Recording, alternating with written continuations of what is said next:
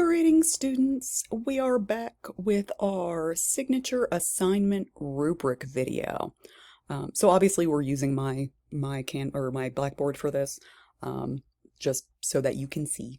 But everybody should have access to this through their Blackboard. So here is the rubric that I have for our signature assignments. You know exactly how this is going to be graded and what I'm going to be looking at. So the biggest chunk, look at this big old chunk, half of your grade, 10 possible points, are clarity and content. So what does an excellent clarity and content paper look like to me? It means that the paper has a clear and a unique thesis, described in the previous video. Arguments support the thesis with evidence, and the paper is well organized and proceeds in a logical fashion. Now, as we get away from those things, the grade starts to go down. So if you have a thesis and most of your arguments support the thesis, but your evidence and arguments are a little maybe poorly organized, something like that, then your grade starts to go down a little bit. If you're missing a thesis, then it starts to go down even more. So I have all the descriptions listed for you, and you can read those at your leisure.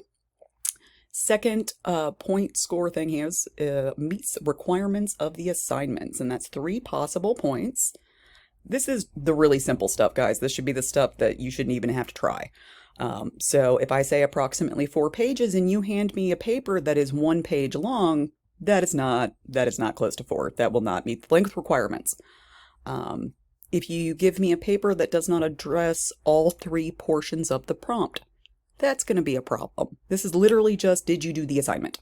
Did you read the instructions and do the assignment? That's it. Okay. Next one is spelling and grammar. You'll notice that that's only 2 points. It's not super important. I don't want you freaking out about your spelling and grammar. I want you focused on the content of your paper and the actual things going into it. But spelling and grammar are important so that we can be understood. Ideally here, we're looking for minimal errors throughout the paper with spelling and grammar.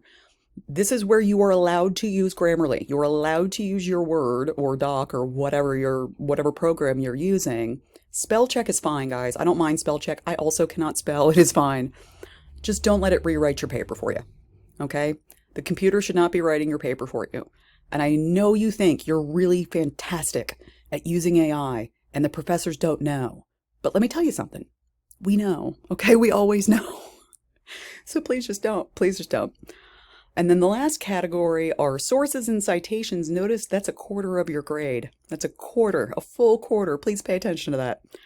So your paper has to use those 3 scholarly sources, which we reviewed a bit in the last video. Remember, scholarly sources have been peer-reviewed. Other people have confirmed that they are true.